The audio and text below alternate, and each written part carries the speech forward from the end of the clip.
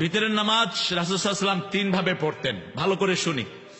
ভিতরের নামাজ, ভিতর মানে হলো বেজোড়, ভিতর মানে বেজোড়। হাদিসটা হলো ইন্নাল্লাহা বিতরুন ইউহিব্বুল বিতরা, আল্লাহ বেজোড়, বেজোড়কে আল্লাহ ভালোবাসেন।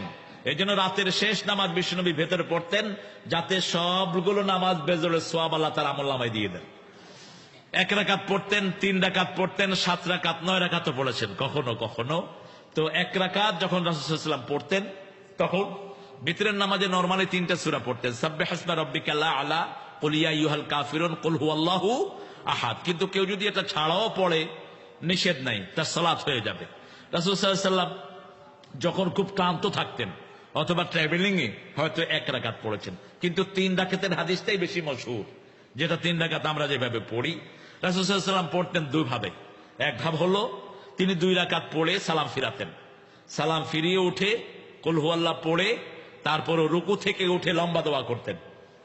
আমাদের দেশে যে উল্টা কি উল্টা নিয়ত, মানে উল্টা নিয়ত হয়েছে কেন? এটা আতের কি উল্টা হেলা নিয়ে দেন এমন কিন্তু উল্টা নিয়ত হইলো কেন? এটা মানে ওই নামাজের ভিতরে হাত ওঠা, এই জন্য উল্টা নিয়ত করতেছে এটাকে।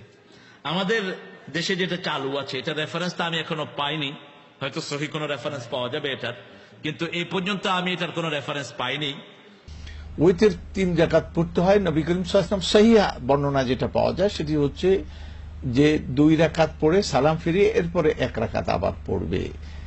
তিনি বলছেন যে তোমরা মাগরিবের মতো করে এই ভিতরের নামাজ পড়ো না, কারণ মাগরিবের প্রথম 2 রাকাত পরে বসতে হয়, এরপরে আমরা যেভাবে হানাফিরা পড়ি, আমি নিজেও হানাফি, সেটা পড়ে আমি এরকম পড়তাম। কিন্তু এখন সহি হাদিস, আবু হানিফা বলছেন যে সহাল হাদিস ফাহুয়া মাযহাবি রাহমাতুল্লাহ আলাইহি। তিনি বলছেন যে যখন কোন সহি হাদিস পাওয়া যায় আমার কথার মোকাবিলাতে, সেটি আমার মাযহাব। তা আমি দলিল দিক থেকে এবং ইয়ের দিক থেকে এটাই আমি সবচেয়ে মজবুত মনে করি, সেই জন্য আমি নিজেও এটার উপর আমল করি।